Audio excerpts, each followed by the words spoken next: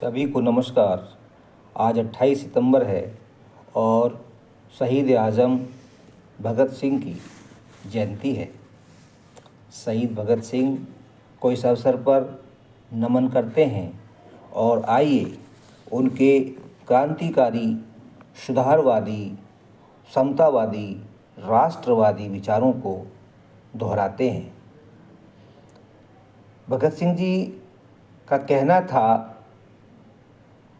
कि सीने में जुनून, आँखों में देशभक्ति की चमक रखता हूँ, दुश्मन की सांसें थम जाएं, आवाज़ में वो धमक रखता हूँ। तो भगत सिंह जी एक क्रांतिकारी थे और क्रांतिकारी के नाते उनके ऐसे विचार थे। उनके शौर्य और उनके पराक्रम से ब्रिटिश गवर्नमेंट पूरी तरह से भयभीत थी।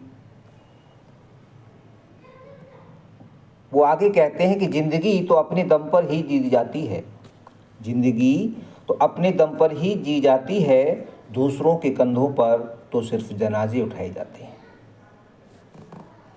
उनका एक विचार है, अपने वो ही नहीं जो हम सपने वो ही नहीं जो हम सोते वक्त देखते हैं, सपने वो ही नहीं जो हम सोते वक्त देखते हैं, सपने वो हैं जो हमें सोने नहीं देते।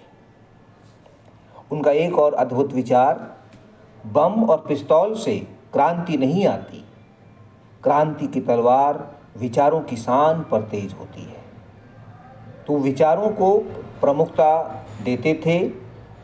वो एक क्रांतिकारी जरूर थे, लेकिन क्रांतिकारी होने के साथ साथ एक वैचारिक क्रांतिकारी भी थे और भारत को गुलामी से मुक्ति दिलाने की सोच रखते थे, इच्छा रखते थे, लेकिन साथ ही साथ वह भारत को जातिवाद से, अस्पृश्यता से भी मुक्त करने का सपना देखते थे, वो उसकी इच्छा रखते थे।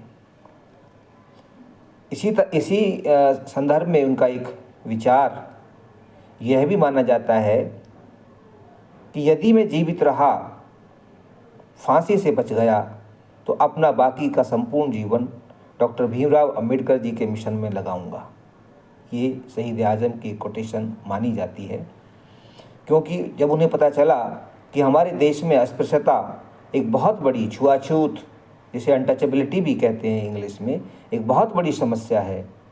जब वो एक अछूत के संपर्क में आते हैं और देखते हैं कि उनका जीवन कितना दूभर है, कितनी कठिनाइयों, परेशानियों से भरा हुआ है, कितने अपमान और जिल्लत से भरा हुआ है, तो उनकी आंखें खुल जाती हैं और वो देश की आज़ादी के लिए लड़ने के साथ साथ भारत में अस्पृश्यता और जो लोगों की जातिवाद से में जकड़न थी, उस जकड़न से भी देश को मुक्त करने का वो विचार अपने मन में लाते हैं। तभी उनके बारे में ऐसा एक विचार, एक कोटेशन भी माना जाता है। आलोचना और स्वतंत्र सोच एक क्रांतिकारी के दो अनिवार्य गुण हैं। यानी कि वो मानते थे कि क्रांतिकारी होने के लिए सबसे पहले उसको आलोचक होना चाहिए और साथ ही साथ उसकी एक इंडिपेंडेंट थिंकिंग होनी चाहिए, उसकी एक स्वतंत्र सोच होनी चाहिए। यदि उसकी स्वतंत्र सोच होगी, उसके अंदर आलोचनात्मक उसकी प्रवृत्ति होगी, तभी वो एक अच्छा क्रांतिकारी साबित हो सकता है। एक उनका महत्वपूर्ण जो दृष्टिकोण है, एक उनका जो एक तस्वीर है, वो एक नास्तिक की तस्वीर के रूप में भी मानी जाती है, क्योंकि उन्होंने एक पुस्तक लिखी, मैं नास्तिक क्यों हूँ। तो मैं नास्तिक क्यों हूँ में उन्होंने बताया कि जिस दिन हमें इस मनोवृत्ति के बहुत से पुरुष और महिलाएं मिल जाएंगे जो अपने जीवन को मनुष्य की सेवा और पीड़ित मानवता के उद्धार के अतिरिक्त कहीं समर्पित कर ही नहीं सकते, उसी दिन मुक्ति के युग का शुभारंभ होगा। मतलब वो व्यक्तियों को सशक्त बनाना चाहते थे, वो वही विचार आगे बढ़ा रहे थे जो प्राचीन काल में कालांतर में तथागत गौतम बुद्ध ने दिया था, और विचार था अपदीपो भव, अपना दीपक स्वयं बनो। तो इसी विचार को वो आगे बढ़ा रहे हैं और वो किसी दैवीय या ईश्वरीय शक्ति में उनका कोई यकीन नहीं था, कोई विश्वास नहीं था कि वो हमारी कुछ मदद कर सकते हैं या हमें कुछ दुखों या तकलीफ़ों से मुक्त कर सकते हैं। उनका मानना था कि दुखों और तकलीफ़ों से मुक्ति के लिए व्यक्ति को स्वयं प्रयास करने होंगे। इसी बात को आगे बढ़ाते हैं कि तर्क किए बिना किसी भी बात को आंख मूंद कर मान लेना भी एक प्रकार की गुलामी है, क्योंकि धर्म कहता है कि तर्क नहीं करना। जहाँ तर्क है वहाँ आस्था नहीं, और जहाँ आस्था है वहाँ तर्क नहीं। तो इस बात को काटते हुए शहीद भगत सिंह का मानना था कि तर्क मनुष्य के लिए बहुत ज़रूरी है। तर्क मनुष्य को मनुष्य साबित करता है। यदि उसमें तर्क करने की ना तो चाहत है और ना ही तर्क करने की उसके अंदर योग्यता है, तो वो सही मायने में मानव नहीं है। मानव भी है तो वो स्वतंत्र नहीं है और गुलाम है।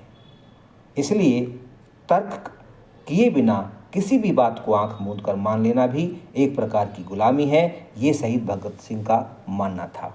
तो ऐसे युग पुरुष, ऐसे महान क्रांतिकारी, वैचारिक क्रांतिकारी, क्षमतावादी, मानवतावादी विचारक और दार्शनिक तथा भारत की आज़ादी के लिए लड़ने वाले महान क्रांतिकारी शहीद भगत सिंह को उनकी जन्म जयंती पर हम पुनः नमन करते हैं।